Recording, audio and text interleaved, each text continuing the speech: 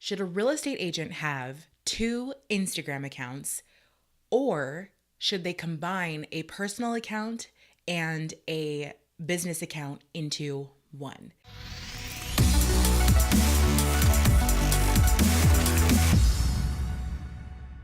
So that's the question that we're going to be asking and answering today. And if we've never met before, I want to introduce myself. My name is Erin Chung, and I help real estate agents get more leads, sales, and referrals online.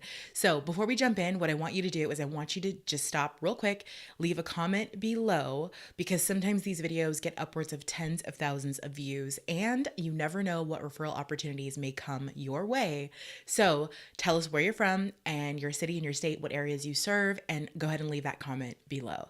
So now let's go ahead and jump in. So the question of the day is combining Instagram accounts. Now, the reason why I wanted to take the time to go ahead and answer this question really quickly was because ironically, this question was asked in both my free Facebook group and my paid Facebook group literally at the same exact time. And I was like, that's crazy.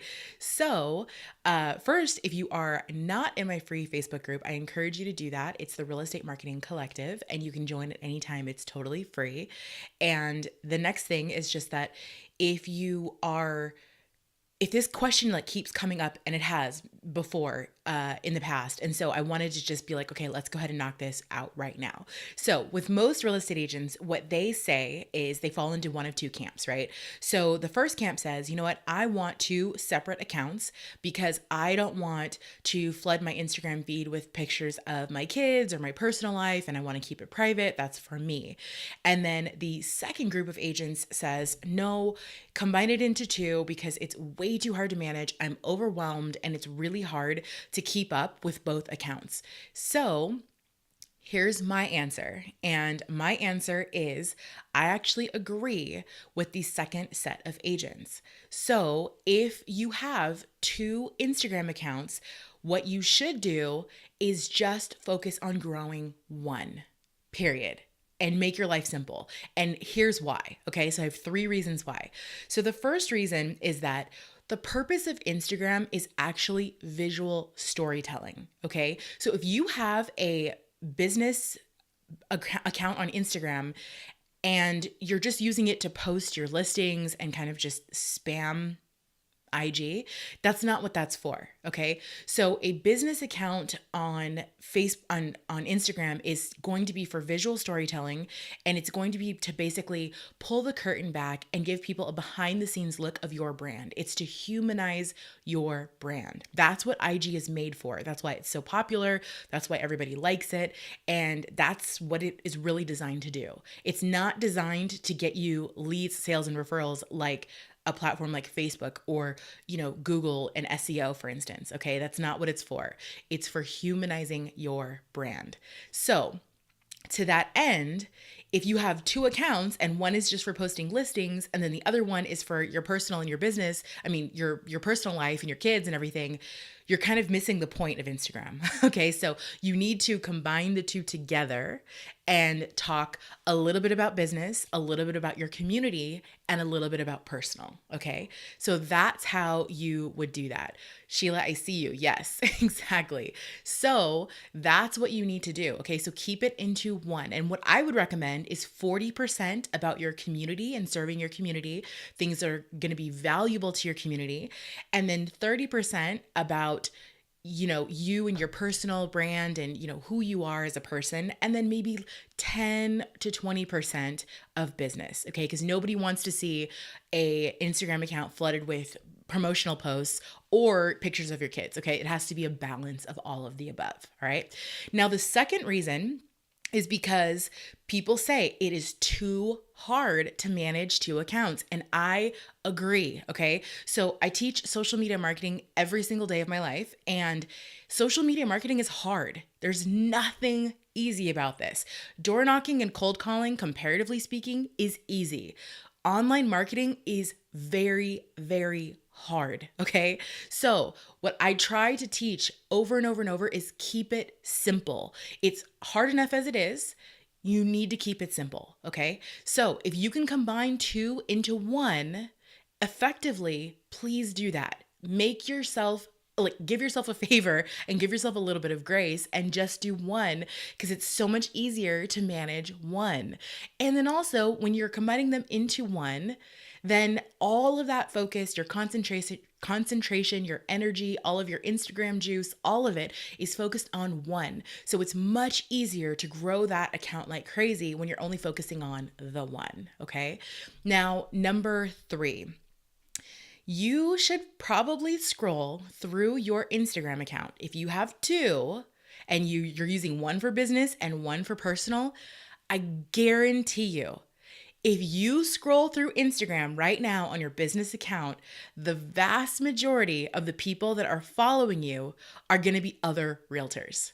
They're not going to be your past clients. They're not going to be future clients. They're not going to be people that you want to work with. They're going to be other realtors, okay? Because that's who follows all of those hashtags that you're using and all of the things that you're doing to grow that account, okay? So you don't want, I mean, unless it's like a referral partner in another state, that's fine. But if you're actually just trying to grow an account to get leads and sales, which is what most people want to grow an Instagram account for if they're a real estate agent, you don't want other local people on your feed flooding your feed, right? Like that's not the point of Instagram either.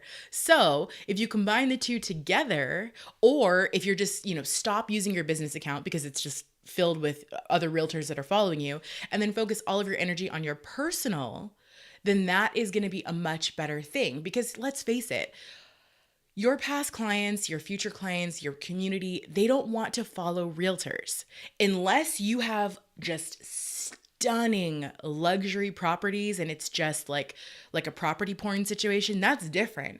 But if you're just like an average realtor who's just like, having leads and sales and those types of things, and you're trying to grow your account and have value to your community and all of those things, like that's probably 99.9% of most realtors.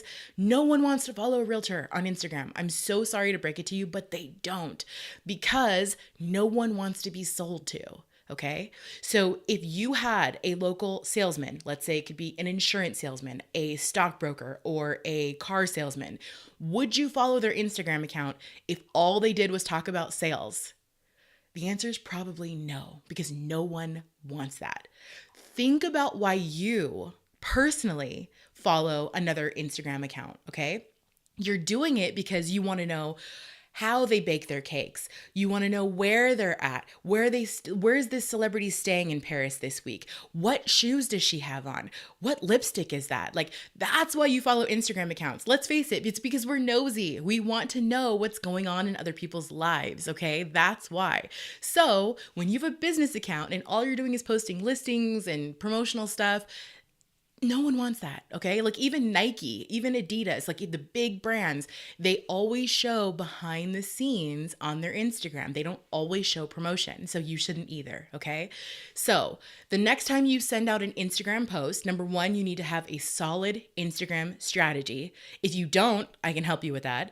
But if you don't have a solid Instagram strategy and you need one, please let's talk. But number two is that when you do have a solid Instagram strategy, you definitely need to be posting things that people, they care about. Think about it. Think about what you would want. If you were following a realtor, what would you want to see from that person? Okay. And then from there, just use that as a filter. Before you press publish or before you press post, think about it. Would I want to see this if I was not a realtor and I was following this person who happens to be a realtor? Okay. Especially if you're combining both of the accounts, because if you're combining both of the accounts, then you definitely want to keep in mind what's going to be in it for the people, because it may be your friends, it may be your past clients, it may be, people who are going to be future clients, members of your community. What do they want to see? Okay. Make the account about them, not about you. All right. Now, what I want to wrap this up with is, if you are interested in Instagram and growing your Instagram following, I have a freebie for you today, and it's called the best Instagram hashtags to grow your account. Okay. So I have that for you today. And all you have to do is go to honeybarmedia.com/hashtags.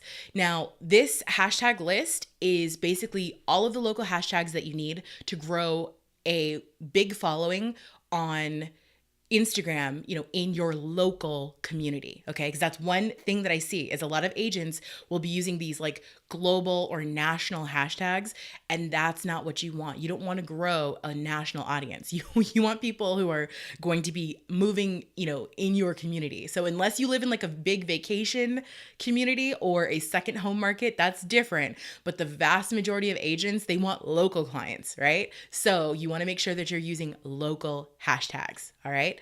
So I have that for you today, and I will link that in the description. And let's go ahead and take a couple of questions. Just let me look through the comments real quick and see if we have any questions, and we'll go ahead and wrap it up. So Marcy, good to see you as always. And then Sheila. So Sheila is basically saying, you don't follow your auto mechanic to learn how to change your own oil. Yes, exactly. So Sheila has it 100% right. Like, I agree 100%. Like, you do not follow someone who's like, again, you're a car salesman because you want to learn how to you just don't do that, right? That's not why you follow them on Instagram. You might Google them or Yelp them, but that's not why you would follow them on Instagram. That's exactly right. I agree 100% with that. And then Sandra, good to see you as always. I love it. Nice call to action. Thank you. I appreciate that. So if you have questions and you're actually watching the replay of this, please post your comments below and I'll go back through. I always go back through these and answer questions for people that have questions that are follow-up questions. Sandra, real quick, let's go ahead and answer your question too, because I see that you have one here. How about links on Instagram posts? So I've started putting text numbers. So Sandra, for links on Instagram posts, what you can do is I actually use Later. It's later.com, and that's in my tools page. So if you go to honeybarmedia.com/tools, you'll see the little link there and you can just click right to it. But Later has a free program, and then they have like a $19 a month program. I actually pay for the $19 a month program because it comes with this little thing called link in bio. So when people click on the link in my bio, it actually opens up to like a landing page.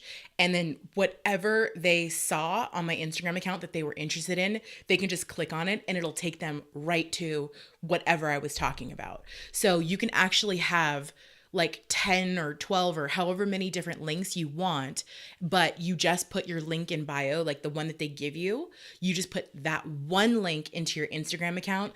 And then when people click on that one link, it'll open up and show them all the links. So that might be worth checking out if you're interested there.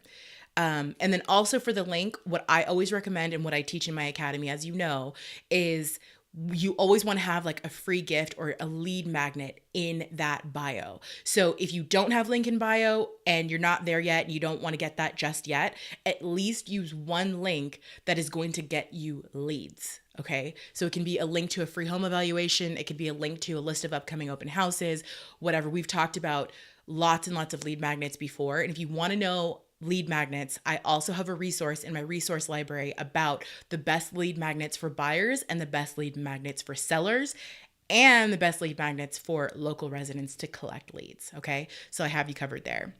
Marcy is saying, let's see.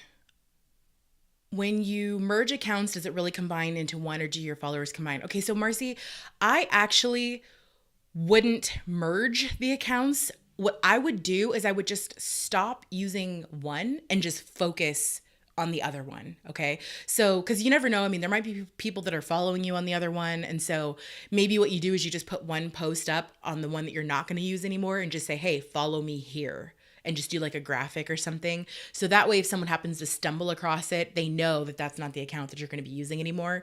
So just stop using that one and then just focus all of your energy on the one that you actually want to grow from that point forward. So you don't really need to merge them. That's a really good question. All right, cool. So Sandra, you're welcome. Awesome. If you have other comments, go ahead and leave them below. I will come back through, and as people watch the replay, I will go back through and answer any more questions that I get on this particular subject. So that is going to wrap up this week's live show, and thank you so much for joining me, and I will see you guys next week.